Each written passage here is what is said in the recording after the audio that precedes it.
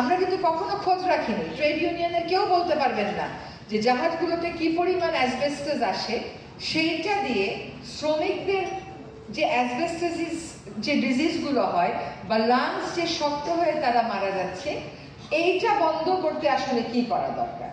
এইটা যদি বন্ধ করতে চান তাহলে এই অ্যাসবেস্টসগুলো এমন প্রক্রিয়ায় আপনাকে সরাতে হবে যেটা অনেক ব্যয়বহুল হবে।